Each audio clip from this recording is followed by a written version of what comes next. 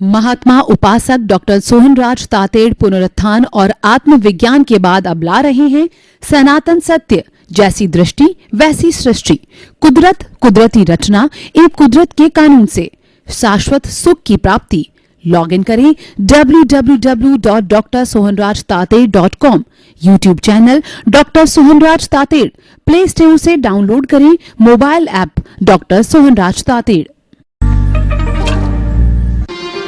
चंदेषु निम्मलयरा आयिचेषु अय्यं पयासयरा सागरवर गंभीरा सिद्धा सिद्धिं मम दिशन्तु सिद्धा सिद्धिं मम दिशन्तु। हे मेरे भीतर विराजमान शुद्ध आत्मा भगवान, आप अजर हो, अमर हो, अविनाशी हो, अनंत ज्ञान, अनंत दर्शन, अनंत शक्ति, अनंत सुख का धाम हो।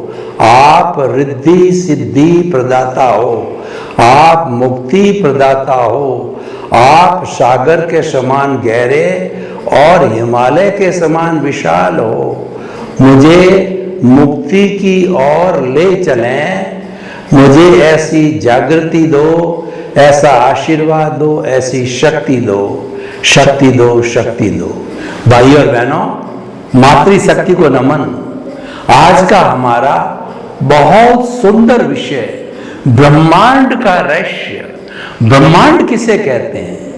ये जगत, ये दुनिया, ये कॉस्मोस, ये वर्ल्ड, ये लोक, ये पृथ्वी, जहां पर जीवन है उसको ब्रह्मांड कहते हैं, लोक कहते हैं, पर्यावरण कहते हैं।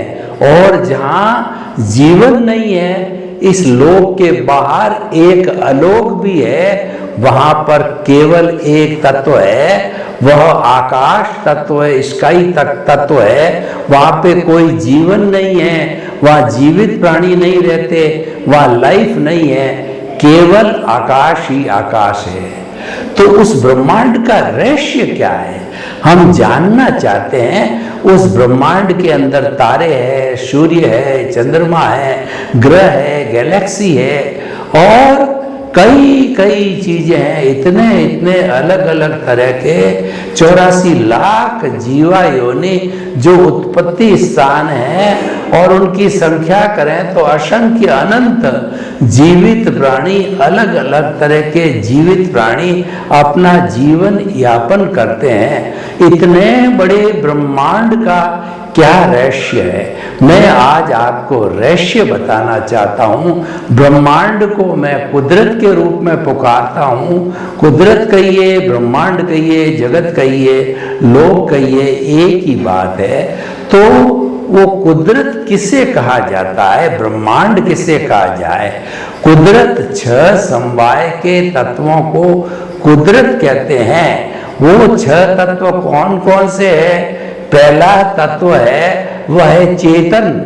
एक ही की परिभाषा करता चलूंगा कि चेतन तत्व, और ये 6 ही तत्व जो है एक समवाय के रूप में पूरे ब्रह्मांड में मौजूद रहते हैं। भूत, भविष्य और वर्तमान में ऐसी कभी भी स्थिति नहीं होती है कि ये 6 तत्व मौजूद न हो। इनके मौजूद रहने से ही ब्रह्मांड का अस्तित्व, इसमें से अगर एक भी गायब हो जावे तो ब्रह्मांड का अस्तित्व नहीं है। इसीलिए ये 6 तत्व अनादि अनंत शाश्वत है। इसमें से 5 है वो तत्व, 5 तत्व जो है वो अमूर्त है, पुद्गल है, जड़ है, और चेतन तत्व केवल एक ही चेतन तत्व है। इसीलिए ब्रह्मांड के लिए कहा गया है कि एक चेतन तत्व को छोड़कर सारा ब्रह्मांड है वो जड़ तत्व से बना हुआ है, और सारा ब्रह्मांड मुख्यतः 2 तत्वों से बना हुआ है, जड़ और चेतन। अब चेतन की हम बात करते हैं तो असंख्य चेतनामय परमाणुओं के पिंड को चेतन कहा जाता है। चेतन तत्व के अंदर अनुभूति होती है, उसके अंदर संवेदनशीलता होती है, फीलिंग्स होती है, सुख दुख की अनुभूति होती है और जड़ में ये नहीं होती। चेतन ग्रोथ करता है, प्रजनन करता है। इसका जो है हमारे भारतीय शास्त्रों के अंदर 9 कैरेक्टरिस्टिक बताई गई है और विज्ञान भी अपने अपने हिसाब से इन 9 कैरेक्टरिस्टिक को एग्री करता है। यानी कि चेतन तत्व की ये कैरेक्टरिस्टिक, ये गुण, ये प्रॉपर्टी जो है विज्ञान सम्मत है। ये चेतन तत्व की व्याख्या हो गई। और चेतन तत्व के उत्पत्ति स्थान और जो है वो ओरिजिन ऑफ कंसेप्शन, इंसेप्शन, वो कहाँ जन्म लेते हैं? वो 84 लाख जीवा योनियां होती है। उनका मैं वर्गीकरण 84 का आपको बताता हूँ। कृपया पेपर पेन लेकर के लिख दीजिए।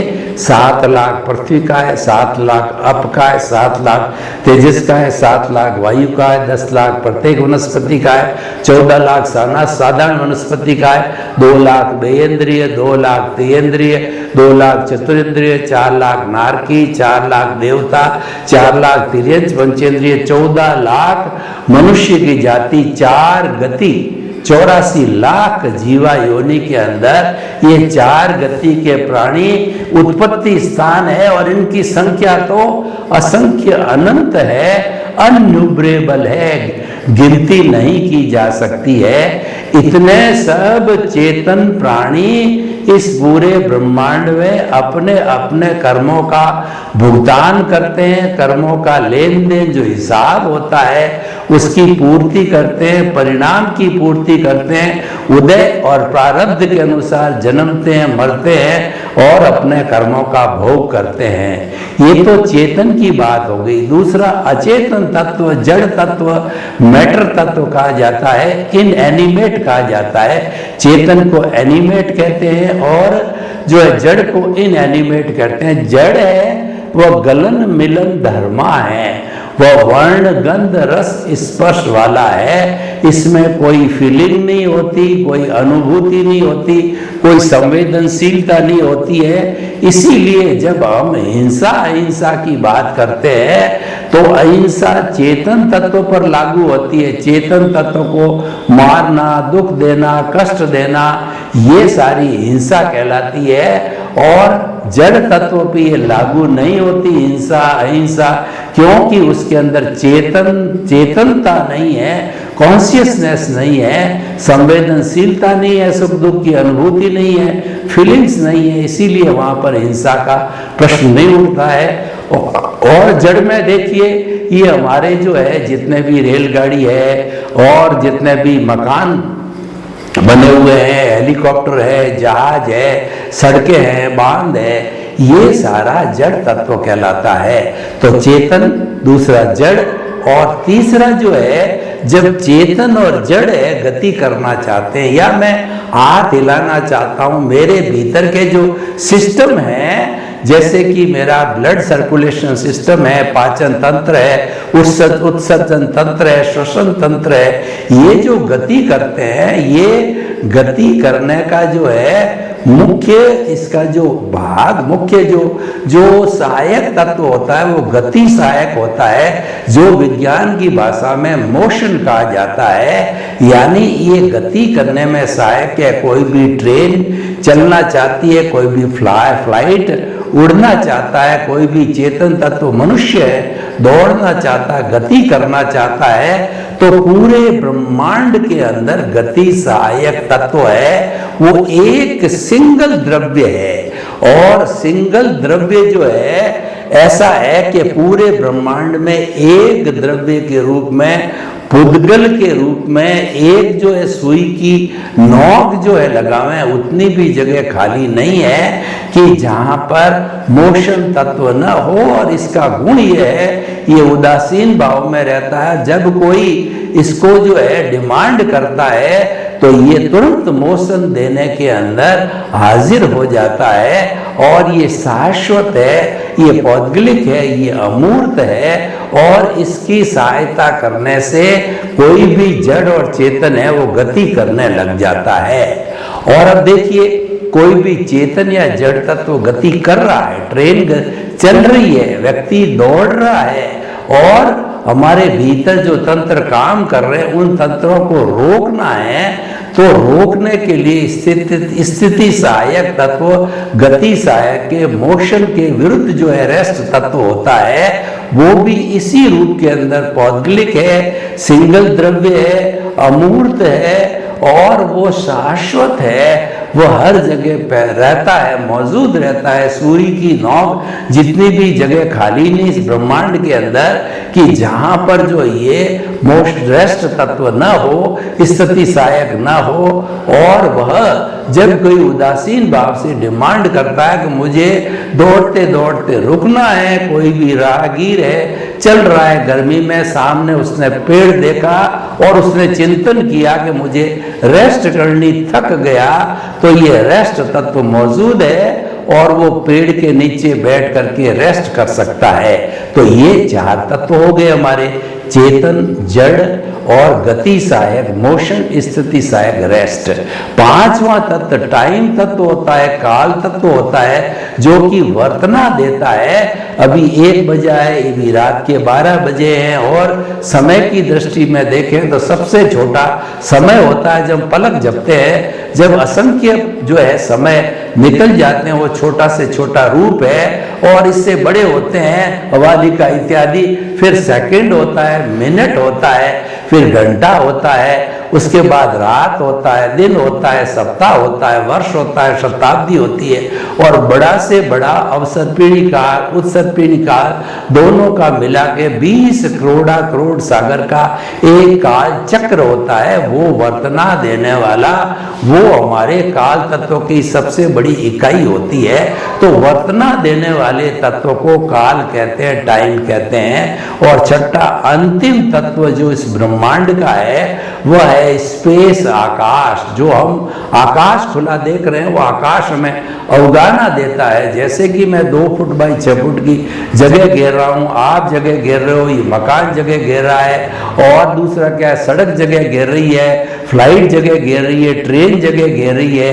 वो सारी जो है जगह देने वाला जो है वो हमारा ये जो है तत्व, ये तत्व हमारा जो आकाश तत्व है, जो कि हमें अवगाहना देता। अगर आकाश तत्व नहीं हो तो मैं आपके ऊपर गिरूंगा, आप मेरे पर गिरोगे, और कोई भी को अवगाहना न मिलने से हम एक जगह स्थिर स्थायी नहीं रह सकते हैं।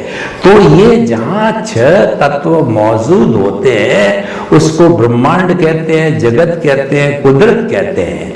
तो अब देखिए कुदरत की हमने जो है परिभाषा की है। अब जो है ये सारी जो कुदरत के अंदर सूर्य है, चंद्रमा है, नक्षत्र है, ग्रह है, तारे है, गैलेक्सी है वगैरह है, और दूसरा ऋतुएं हैं, और ये नदियां हैं, पहाड़ है, इतने हमारे उद्यान हैं, ये सब जो है कैसे संचालित होते हैं? तो इसका प्राकृतिक नियम है। वो उस प्राकृतिक नियम मतलब इनकी अवस्था बदलती रहती है। तो जब अवस्था मात्र जो है वह विनाशी होती है, उस अवस्था को हम कुदरती रचना कहते हैं। जैसे कि सूर्य समय पर उगता है, समय पर अस्त होता है, चंद्रमा समय पर उगता है और समय पर छिप जाता है, समय पे ऋतुएं आती है, सर्दी, गर्मी, वर्षा, और नदियां अपने 2 तटों के बीच में बहती है, समुन्द्र में ज्वार आता है, भाटा आता है। इस तरीके से ये सारा प्रकार जो अपना प्राकृतिक जो चलता है वह सारा प्राकृतिक कानून के तहत चलता है। और जब ये कानून बिगड़ जाता है तब सुनामी आते हैं, जब महामारी आती है, अतिवृष्टि होती है, अनावृष्टि होती है और भूकंप आते हैं। ये सब का कारण है कोई न कोई अव्यवस्था, जब प्रकृति में असंतुलन हो जाता है, उसकी सेंटर ऑफ ग्रेविटी डिस्टर्ब हो जाती है, या हमारी प्रकृति के जो 5 तत्व है, पृथ्वी, जल, अग्नि, वायु और आकाश, इन 5 तत्वों के सहारे ये कुदरत जितने भी 84 लाख जीवा योनि है उन सब का भरण पोषण करती है, उनको जन्म देती है, और उसके साथ साथ में मन वचन काया की जितनी भी क्रिया होती है इन 84 लाख जीवा योनि में, वो सारी जो है कुदरत के इस 5 तत्वों से पूरी होती है। और जब उनका आयुष्य कर्मों का आयुष्य संपन्न हो जाता है तो वो सारे जो है जीवित प्राणी अपना शरीर पंचभूत का बना होता है, पंचभूत में विलीन हो जाता, पृथ्वी पृथ्वी में, जल जल में, अग्नि अग्नि में, वायु वायु में, आकाश आकाश में। और पूरे ब्रह्मांड की, पूरे कुदरत की जो एनर्जी है वो हमेशा कांस्टेंट रहती है। ये आइंस्टीन ने एक फॉर्मूला दिया, कैपिटल E = mc²। m है इस पूरे ब्रह्मांड की मास है और E है उसकी एनर्जी है और C कांस्टेंट। इसका अर्थ ये हुआ कि पूरे ब्रह्मांड की एनर्जी भूत भविष्य वर्तमान आदि अनादि काल से कोई परिवर्तन नहीं होता है, वो सारी एक सी कांस्टेंट होती है। मात्र ट्रांसफॉर्मेशन होता है, रूपांतरण होता है, बदलाव होता है। ठोस द्रव में बदलता है, द्रव गैस में बदलती है, गैस वाइब्रेशंस के अंदर बदलती है। और जिन लोगों ने फिजिक्स को पढ़ा है, sinusoidal wave, cos theta, sine theta, और जो वेव लेंथ और फ्रीक्वेंसी को पढ़ा है, वो जानते हैं कि आज जितना भी इंटरनेट का ये आविष्कार हुआ है, ये हमारा सैटेलाइट से लगा के हमारा जितना भी टीवी है, मोबाइल है, इंटरनेट है, इत्यादि इतना इत्यादि जो इन्वेंट हुए हैं, उन सब के पीछे ये जो है वो हमारा वाइब्रेशंस जो है, वेव्स की थ्योरी, वेव्स का फॉर्मूला लागू होता है। ऐसा कहा जाता है कि एक परिंदा भी इस ब्रह्मांड में पर मारता है तो पूरा ब्रह्मांड प्रभावित होता है। हालांकि वो इतना नेग्लिजिबल, सूक्ष्म होता है कि हमारे को वो दिखाई नहीं देता, समझ में नहीं आता, पर होता है। और भगवान महावीर ने 2600 साल पहले जो कोई भी प्रवचन किया था, हमको उद्बोधन दिया था, वो उस ब्रह्मांड में इकट्ठा हुआ है और उसको आज वैज्ञानिक लोग पकड़ रहे हैं और काफी हद तक जो भगवान की वाणी को पकड़ लिया गया है। एक समय आएगा कि वो भगवान महावीर की ओरिजिनल वाणी हमको जो इन्हीं मोबाइल और इन्हीं टीवी के माध्यम से हमको सुनाई देगी। तो हम आपको ये बताना चाहते हैं कि ये सारा ब्रह्मांड, ये अवस्था बदलती है, इसको हम कुदरती रचना कहते हैं।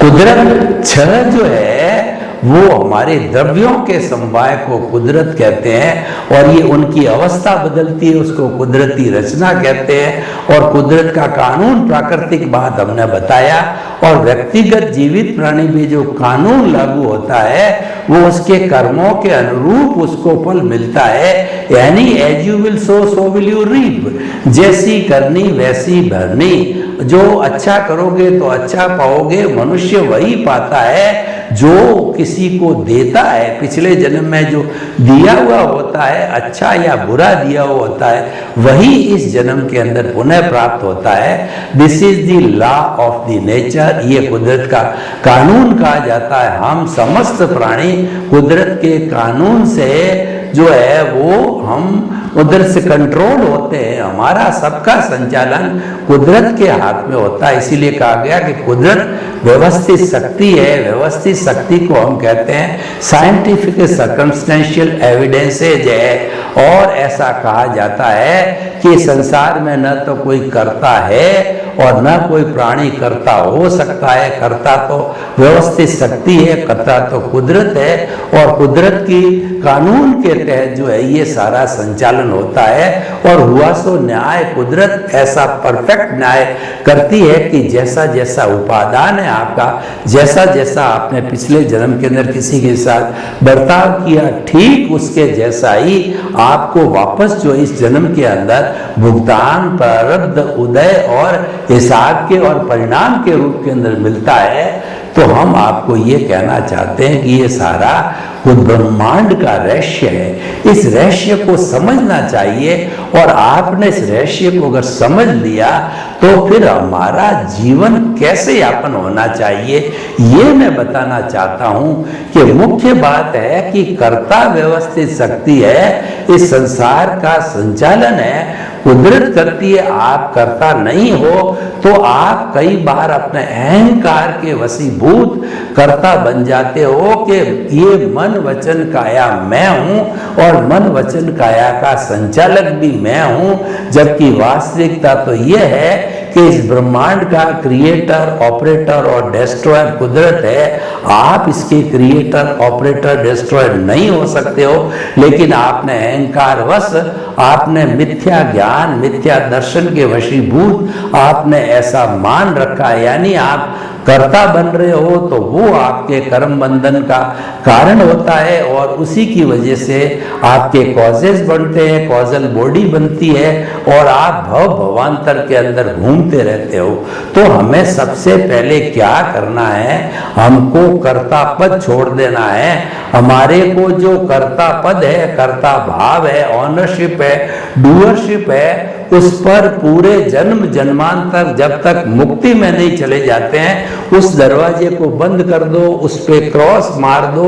कई बार क्या होता है कि आपने देखा होगा, जहाँ के बिजली का पावर हाउस होता है वहाँ बड़े अक्षरों के अंदर क्रॉस लिखा जाता है और हड्डियों की खोपड़ी बनाई जाती है। इसका मतलब ये है कि ये बहुत डेंजरस प्लेस है, ये क्रॉस है। तो आपने कर्ता पद के ऊपर ऐसा जोरदार चौकड़ी मार दो रेड कलर की कि कभी भी आप कर्ता पद पर नहीं बैठो, कर्ता पद नहीं बनो, कर्ता बनने की कोशिश नहीं करो, क्योंकि सबसे बड़ा दुख का कारण है ये कर्तापन है। इसीलिए हमेशा हमें ये चिंतन करना चाहिए कि न तो मैं करता हूं, न विश्व का कोई भी प्राणी करता है।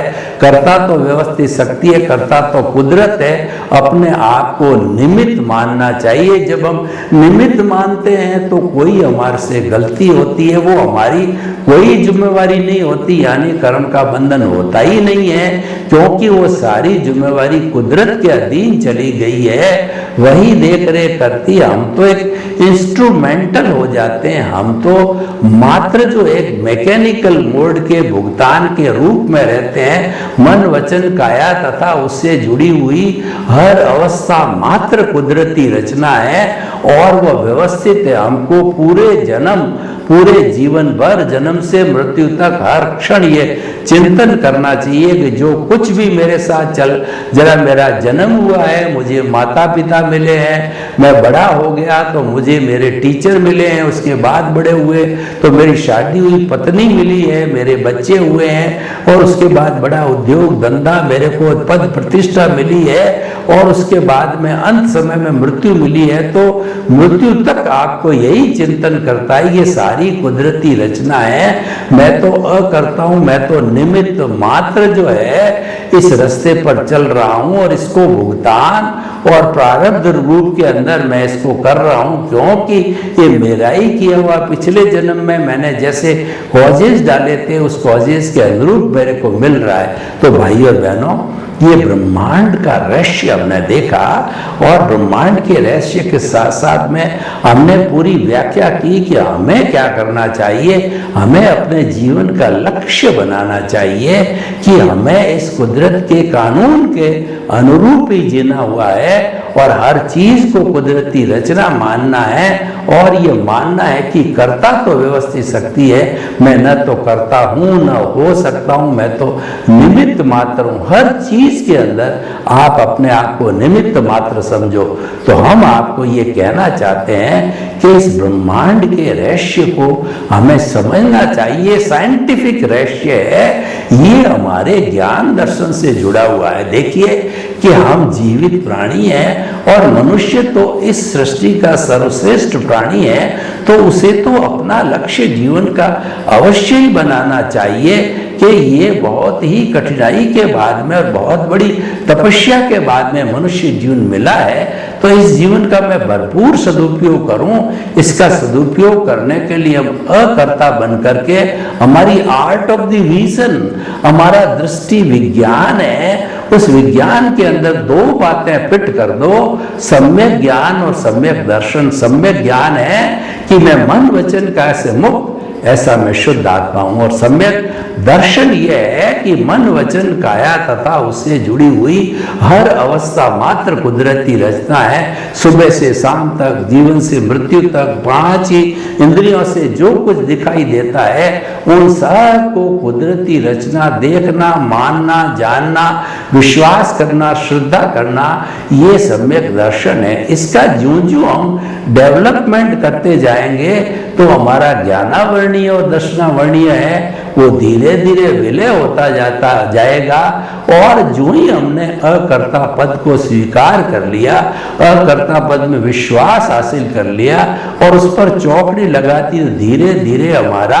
जो सब कर्मों का राजा मोहनीय कर्म है वह धीरे धीरे घुलता जाएगा। मोहनीय कर्म का बंध कब होता है कि हम बाहरी वस्तुओं के अंदर सुख खोजते हैं कि भोजन में सुख है, वस्तु में सुख है, धन में सुख है, परिवार में सुख है। ये सारा बाहर हम अस्थायी सुख खोजते हैं तो वो हमारा मोहनीय कर्म है, वो अकर्ता भाव से धीरे धीरे विलय हो जाता है। जब हमारा सम्यक ज्ञान दर्शन ज्यों ज्यों मैच्योर होगा तब तक हम केवल दर्शन को प्राप्त होंगे। सर्वे भवन्तु सुखिनः, सर्वे सन्तु निरामया। लोक के सब जीवों को सुख मिले, शांति मिले, आनंद मिले, प्रेम मिले, अकर्ता पद मिले और सब मुक्ति की ओर प्रस्थान करें। आपके प्रति मंगल भावना।